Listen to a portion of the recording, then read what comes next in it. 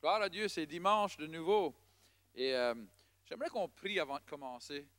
Seigneur, je te remercie d'ouvrir les yeux de notre comprenure, les yeux de notre cœur. Que Seigneur, on peut voir qu'est-ce que tu fais dans ce moment maintenant. Où tu vas avec toutes les choses qui se passent maintenant. Qu'on peut être effectif au plus grand moyen. Que Seigneur, qu'on peut gagner des âmes pour toi. Dans le nom de Jésus. Amen. Ce matin, je vais continuer à parler sur qu'est-ce que Dieu met sur notre cœur. Et ce qui passe, c'est que on est dans une journée où Dieu va faire de nouvelles choses. Et Dieu est toujours en train de faire de nouvelles choses. Et on sait qu'il faut toujours changer, il faut toujours évoluer.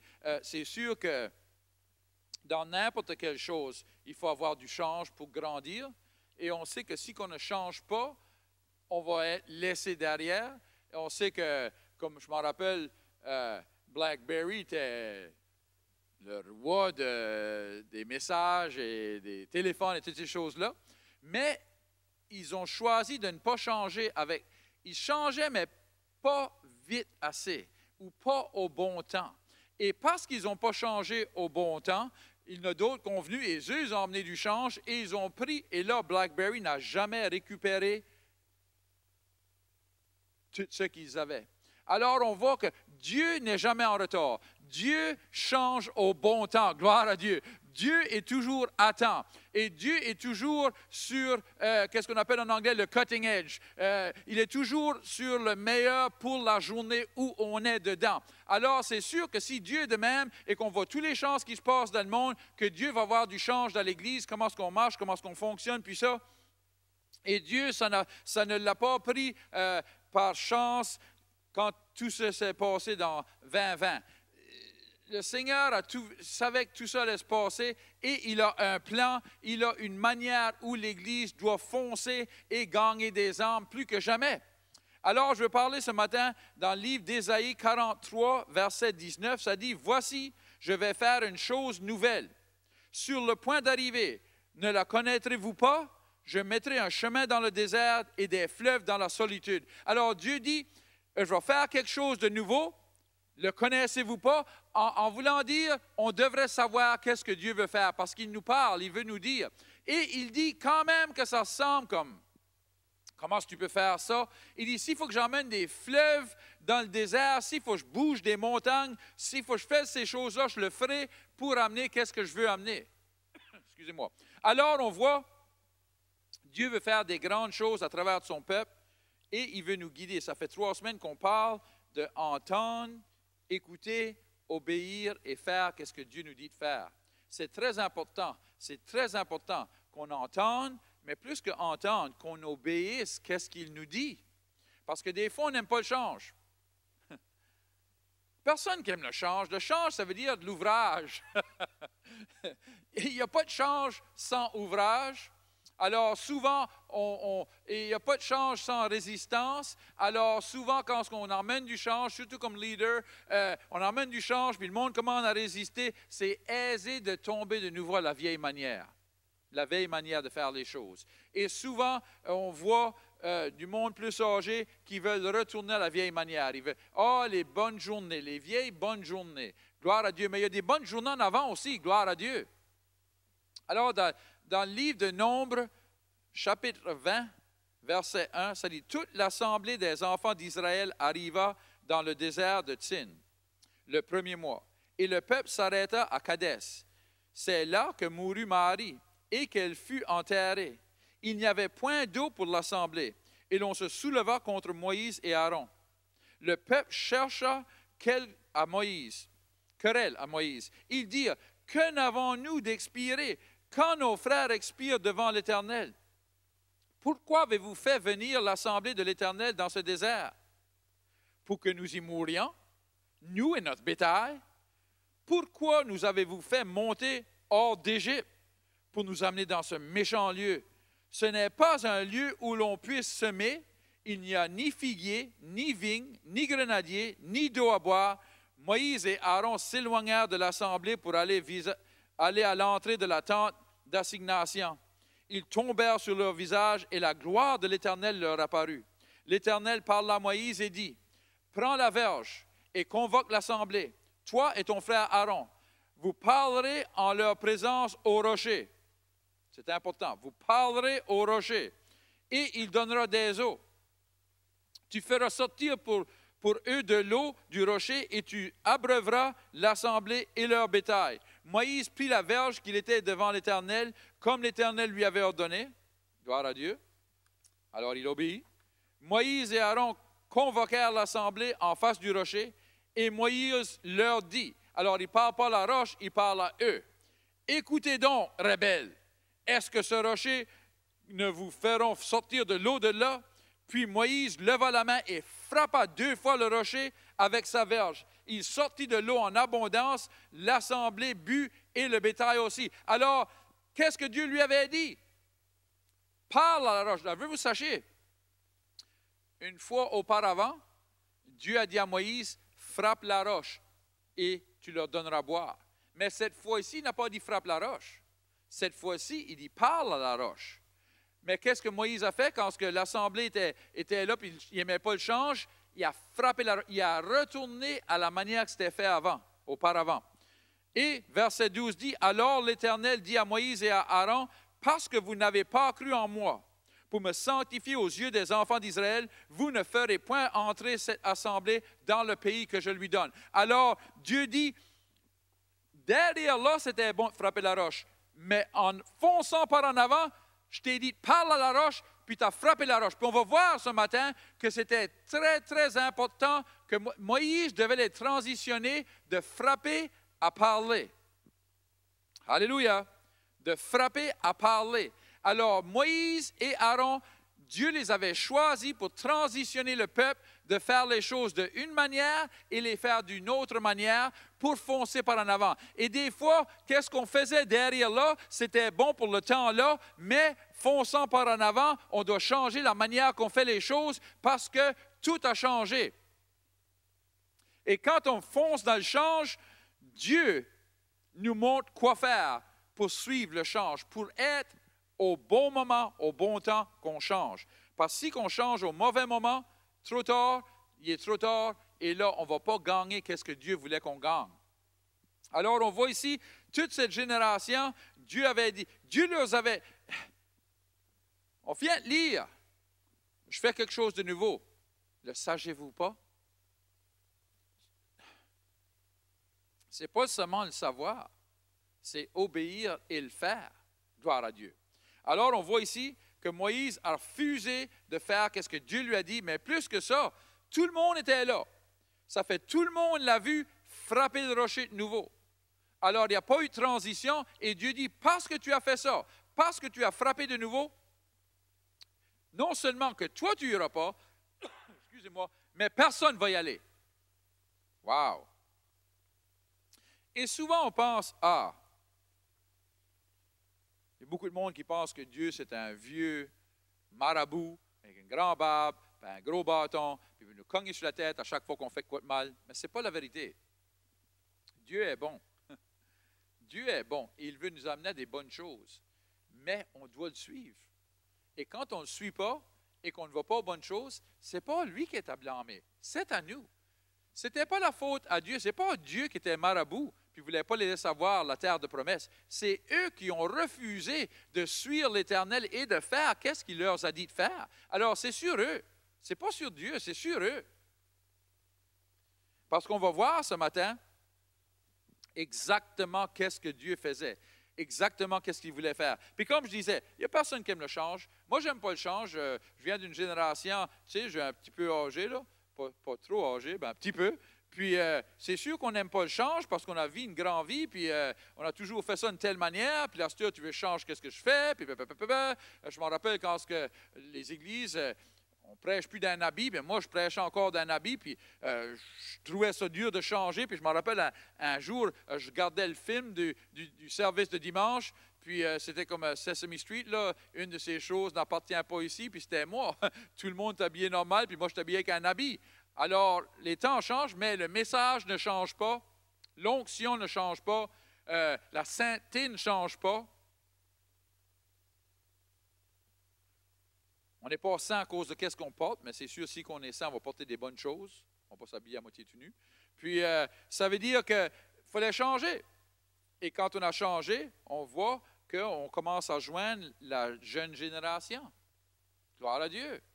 Alors, Josué 6, verset 1, on va voir pourquoi Dieu voulait changer la méthode dont ils agissaient. Josué, chapitre 6, verset 1. Jéricho était fermé et barricadé devant les enfants d'Israël. Personne ne sortait et personne n'entrait. L'Éternel dit à Josué, « Vois, je livre entre tes mains Jéricho et son roi, ses vaillants soldats. Faites le tour de la ville. Vous, tous les hommes de guerre, faites une fois le tour de la ville. Tu feras ainsi pendant 6 jours. 7 sacrificateurs porteront devant l'arche 7 trompettes retentissantes. Le 7e jour, vous ferez 7 fois le tour de la ville et les sacrificateurs sonneront des trompettes. » Verset 5, c'est clé.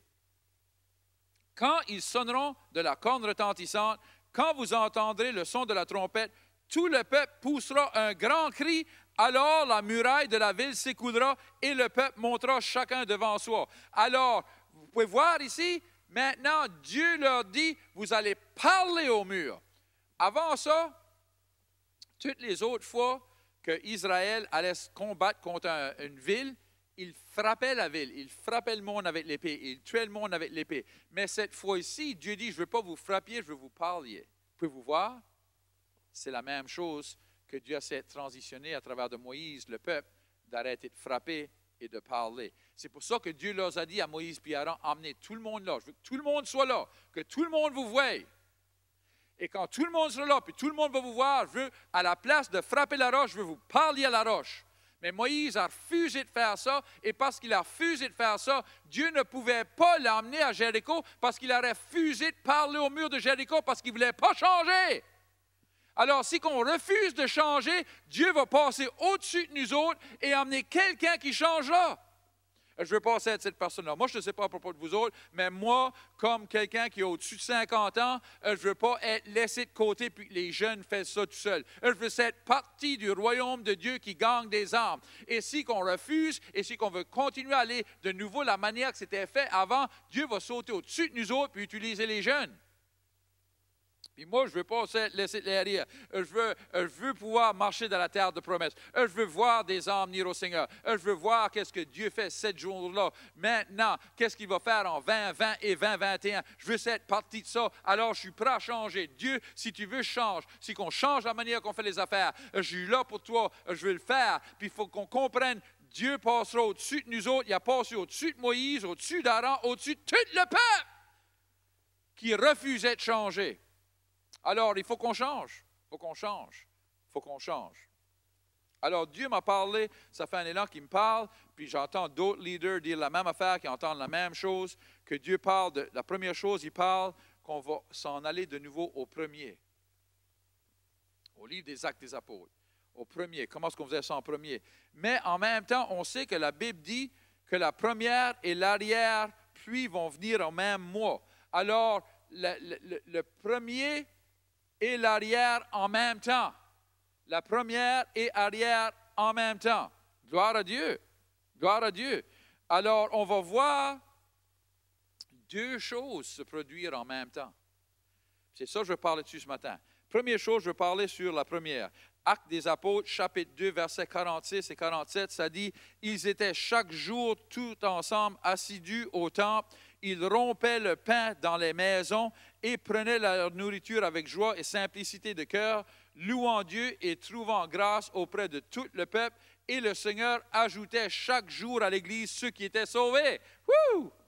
Alors, de maison en maison, je sais que, écoutez-moi là, je ne vous dis pas d'aller de maison en maison aujourd'hui, là, je sais qu'on est dans la zone orange, mais il va y avoir un jour qu'on ne sera plus dans l'orange, puis on sera dans le jaune, puis on sera dans quel que soit. Puis je le sais que le Seigneur nous amène là, qu'on va pouvoir briser le pain, rompre le pain ensemble dans les maisons, et on va voir du monde venir au Seigneur, nos voisins, du monde partout, tout partout, venir au Seigneur au travers des maisons. Et là, ils disaient ça toute la semaine dans les maisons, et là, dimanche, ils se rassemblaient ensemble, et on avait un réjouissement que Les âmes avaient venu au Seigneur toute la semaine. Le dimanche, ils venaient tous ensemble, puis ils emmenaient, gars, j'ai emmené Jean, puis Pierre, puis Paul, puis Cécile, puis Stia, ont venu à ma maison cette semaine, ils ont venu au Seigneur, et maintenant, ils sont ici dans l'Assemblée, ils sont partis de l'Assemblée. Alors, c'est excitant. Alors, on va voir ça se produire. Première chose. Deuxième chose, l'arrière, c'est la technologie. Vous m'écoutez aujourd'hui sur la technologie. On peut utiliser la technologie pour gagner des âmes. On peut utiliser la technologie pour prêcher l'Évangile. On peut aller plus loin aujourd'hui avec la technologie qu'on pouvait des années passées. Des années passées, la seule manière qu'on pouvait aller dans les maisons du monde, c'est à travers de la télévision, puis c'est assez dispendieux, assez cher, qu'il n'y a pas grand monde qui pouvait le faire. Tu avais comme Rex Lombard, je m'en rappelle, puis 2, 3 ministères qui pouvaient le faire, mais la plupart des pasteurs ne pouvaient pas aller de maison en maison à travers. Mais maintenant, avec YouTube, puis Instagram, puis toute la technologie, on peut prêcher l'Évangile partout dans le monde. Pas seulement juste localement, mais partout dans le monde. Puis c'est pas dispendieux, c'est pas cher. Tu peux payer comme 5 piastres par semaine, puis tu peux précisément dire, je veux du monde entre 40 à 45 dans cette région, puis boum, mic drop, ça arrive. Alors, on peut faire ça, puis Dieu veut qu'on emmène la première et l'arrière ensemble.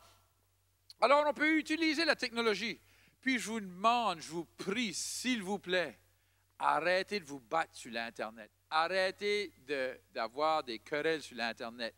Utilisez l'Internet, utilisez Instagram, puis Facebook, ces choses-là, pour amener l'Évangile. Le monde regarde, le monde qui ne sont pas sauvés regarde, puis ils voient qu'on se querelle entre chrétiens, il faut que ça arrête. Il faut marcher dans l'amour de Dieu. La Bible nous dit, par cette chose, il saura que vous êtes des disciples, parce que vous aimez les uns les autres. Je préfère mieux de laisser quelqu'un dire de quoi que je ne suis pas en accord avec, puis me fermer la gueule, qu'aller puis me quereller avec Dieu. Arrêtez de vous quereller. Emmenez l'Évangile, emmenez des bonnes nouvelles, gloire à Dieu. Parlez des bonnes choses que Dieu fait dans votre vie, qu'il fait dans votre Église et qu'il fait dans votre famille. Gloire à Dieu, utilisez l'Internet pour amener des bonnes choses, qu'on peut ouvrir ça puis voir, wow, tous les chrétiens parlent de bonnes choses, gloire à Dieu. Ils parlent de qu'est-ce que Dieu leur a dit aujourd'hui, qu'est-ce que Dieu fait. Si vous regardez sur mon Facebook et ces choses-là, le seul temps que je pose de quoi, c'est soit mes petits enfants ou quoi de même, ou que j'emmène quelque chose que Dieu m'a donné, un mot que Dieu m'a donné pour encourager le peuple de Dieu, ou pour encourager ceux qui ne sont pas sauvés. Gloire à Dieu. Alors, ces deux choses-là, Dieu veut utiliser ces deux choses-là pour emmener l'Évangile à tout le monde qu'on peut, pour emmener le dernier groupe de monde dans le royaume de Dieu. Gloire à Dieu. Alors, c'est excitant, c'est un bon temps à être dedans. Je sais qu'il y a beaucoup de choses qui se produisent, beaucoup de choses qui arrivent, mais ça n'a pas pris Dieu par surprise, et ça n'a pas surpris Dieu, et il a un plan, il a quelque chose pour vous, et il veut vous utiliser autant que m'utiliser moi et tout le monde dans le peuple. Alléluia! Alors, ce matin, il y en a beaucoup de vous autres que je suis sûr, vous avez mis ça sur votre téléphone ou sur votre iPad ou sur votre télévision, vous êtes sur YouTube ou vous êtes sur Facebook ou quoi que ce soit, et peut-être que vous disiez, je ne sais même pas pourquoi j'étais là, mais moi je le sais pourquoi. Parce que Dieu vous appelle, Dieu veut que vous veniez à lui. Vous savez, il y a du monde qui dit, j'ai trouvé Jésus, j'ai trouvé Dieu. Jésus puis Dieu ne sont pas perdus, c'est nous qui sommes perdus, c'est lui qui nous trouve. Puis ce matin, il y en a de vous autres, Dieu vient de vous trouver. Alors je vais vous donner cette chance d'être partie de son royaume. Si je vous dirais aujourd'hui, vous pouvez commencer votre vie à neuf. Flambant neuf. Votre passé, pardonnez, oubliez et commencez. Frais, aujourd'hui. C'est une bonne chose, hein? Mais vous pouvez faire ça. Dieu dit dans Romains 10, 9 et 10, que si que vous croyez dans votre cœur que Jésus est mort et ressuscité des morts, et que vous le confessez comme votre Seigneur, que vous serez sauvés, tout commence à nouveau. Je vais vous donner cette opportunité ce matin. Vous avez seulement besoin de prier cette prière avec moi. Et je veux que vous sachiez que Dieu va vous montrer quel est le plan qu'il a pour votre vie. Ma femme disait tout le temps, parlait aux jeunes, disait, 2 journées plus importantes dans votre vie. Le jour que tu es venu au monde et le jour que tu sais pourquoi tu as été mis au monde. Alors ce matin, je veux que vous sachiez qu'une fois que vous donnez votre vie à Jésus, il commence à vous montrer pourquoi il vous a créé. Et vous pouvez voir que Dieu a des bonnes choses pour vous autres. Alors on va prier cette prière ensemble. Seigneur, merci d'avoir envoyé Jésus. Pardonne-moi de mes péchés. Je repentis de mon passé et de ce jour ici, je veux commencer à marcher avec toi et pour toi, dans le nom de Jésus. Amen. Vous avez prié cette prière. Oh, ça dit que tout le ciel se réjouit. Tout le ciel, pour toi, pour une personne, tout le ciel se réjouit que tu as fait cette décision de suivre Dieu. Et on veut se réjouir avec vous autres. Si vous êtes de la région de Moncton, venez nous voir dimanche prochain. On est ici à 10h30 et on va vous acclamer avec des bras ouverts. Si vous n'êtes pas à Moncton, vous êtes quelque part d'autre, trouvez une bonne église. Allez à une église dimanche prochain. Laissez-les savoir que vous avez donné votre vie à Jésus. Que Dieu vous bénisse.